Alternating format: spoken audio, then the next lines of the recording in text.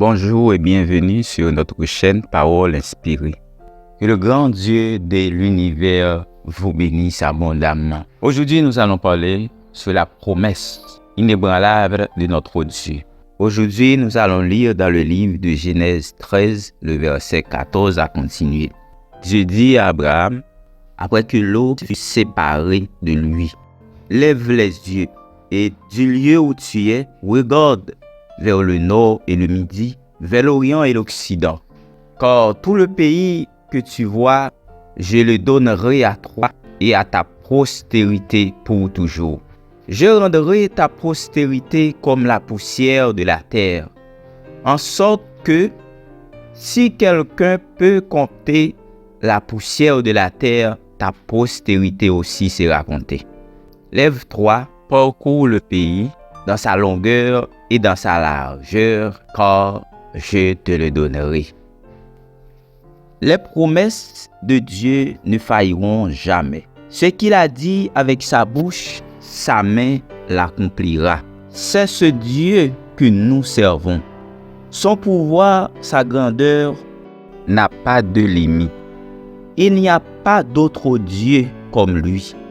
C'est pas du fable ce qui est écrit dans le livre de Genèse. C'est Dieu qui a créé le ciel et la terre en son ensemble. Son pouvoir est grand et n'a pas de limite. Depuis le temps des temps, depuis le commencement, on nous a appris que c'est Dieu qui a créé le ciel et la terre. Jusqu'à maintenant, en dépit de ce que l'homme peut dire ou peut faire, il n'y a aucun autre livre qui peut contredire ce que dit la Bible. Notre Dieu n'est pas un homme pour mentir. Ses promesses sont vraies. S'il vous a fait une promesse, il ne ment et il ne mentira jamais. Il respecte ses paroles et il a le pouvoir pour exécuter ses promesses. Il parle à Moïse pour aller et libérer le peuple Israël entre les mains de Pharaon. Moïse a réalisé que c'était trop grand pour lui de libérer le peuple de Dieu entre les mains de Pharaon. Mais crois-moi si vous voulez, lorsque Dieu parle, il n'y a pas de logique. Car lui, il a le pouvoir pour exécuter ce qu'il a dit. Dès le commencement, c'était difficile, car le premier miracle que Moïse a fait avec son bâton, les magiciens de Pharaon ont fait ce même miracle.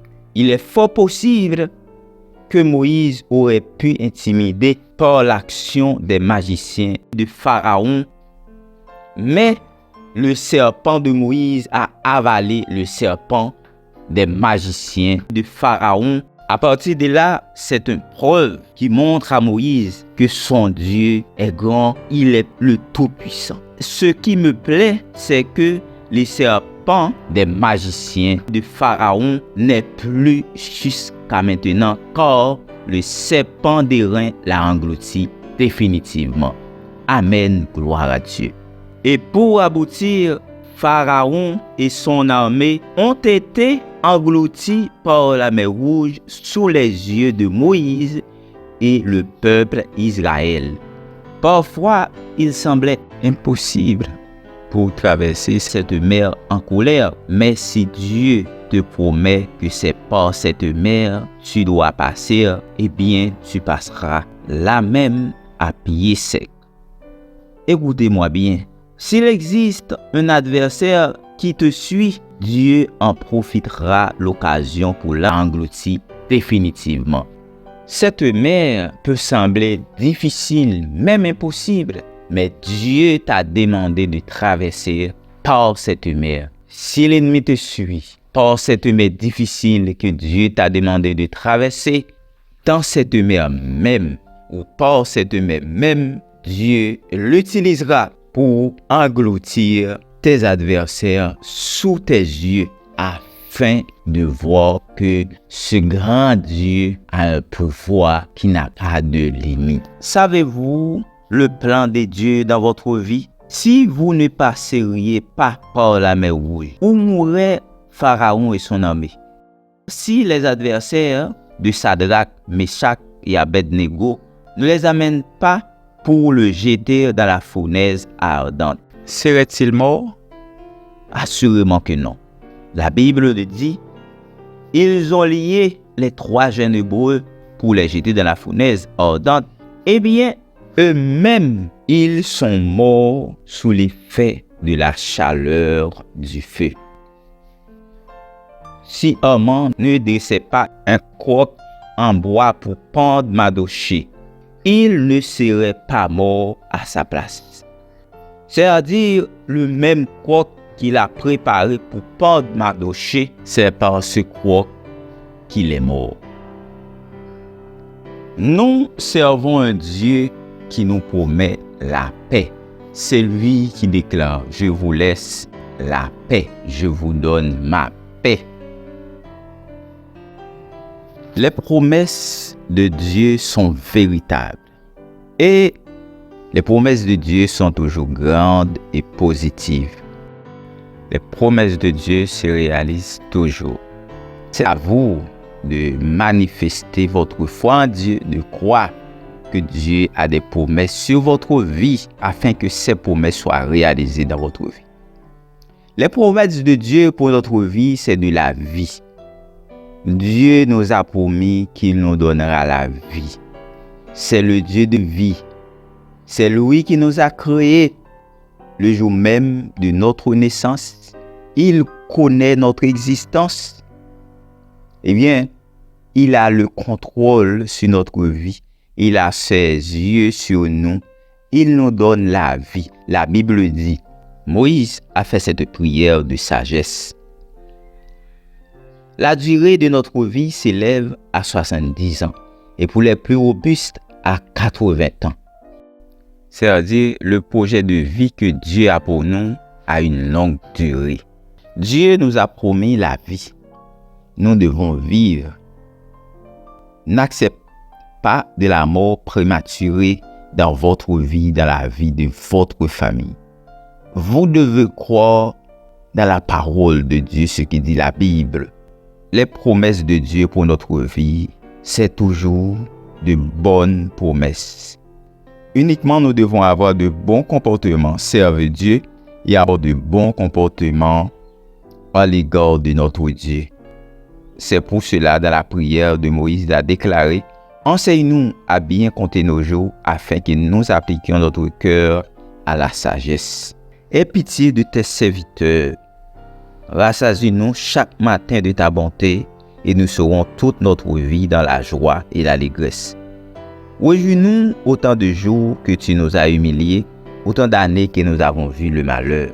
Que la grâce de l'Éternel notre Dieu soit sur nous, affermis l'œuvre de nos mains. Oui, affermis l'œuvre de nos mains. Croyez en la promesse de Dieu. Croyez toujours qu'aucun malheur n'arrivera à votre famille, aucun fléau n'approchera dans votre maison, car l'Éternel ordonnera à ses anges de te garder dans toutes tes voies. La Bible dit, les justes poussent comme le palmier et ils grandissent comme les cèdres du Liban. Ils prospèrent dans les parvis de notre Dieu. Ils portent encore des fruits dans la vieillesse. Ils sont pleins de sève et verdoyants pour annoncer que l'Éternel est droit. Donc, notre Dieu, encore une fois, a des promesses valables pour notre vie. Si notre Dieu vous a promis des moyens économiques pour répondre à vos besoins, il répondra à ses promesses. Du mariage, de l'exploit, du voyage, il répondra à ses promesses. Nous devons croire et manifester notre foi en notre grand Dieu, que le grand Dieu de l'univers vous bénisse. Nous allons faire une prière pour vous devant notre Dieu. Seigneur Dieu, nous nous voici devant ta face en ce moment. Nous te demandons, cher Seigneur, pardon pour nos fautes, nos erreurs. nous sommes l'homme pécheur. Mais par ton amour, par ta grâce, par ta grandeur, par ta compassion, par ta fidélité, reçois nos prières, nos cris. Nous croyons que tu es un Dieu grand, vivant, puissant.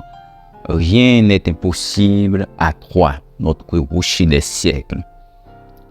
Nous te demandons, Seigneur Dieu, par ton amour, par ta puissance, par ton autorité, toutes les personnes qui ont une promesse sur leur vie, nous te demandons, Seigneur Dieu, que cette promesse soit réalisée dans le nom de Jésus. Promesse de mariage, promesse de voyage, promesse de visa, promesse de transformation économique, promesse de transformation statut social, Seigneur Dieu. Toutes sortes de promesses, promesses d'enfants, Seigneur. Nous te demandons en ce moment, Seigneur Dieu, que ces promesses transforment en réalité dans leur vie, que tes promesses soient réalisées dans leur vie, dans le nom de Jésus, afin qu'ils louent, afin qu'ils témoignent la grandeur, la puissance, la bonté, la fidélité de notre Dieu, dans le nom de Jésus. Amen, ainsi soit-il.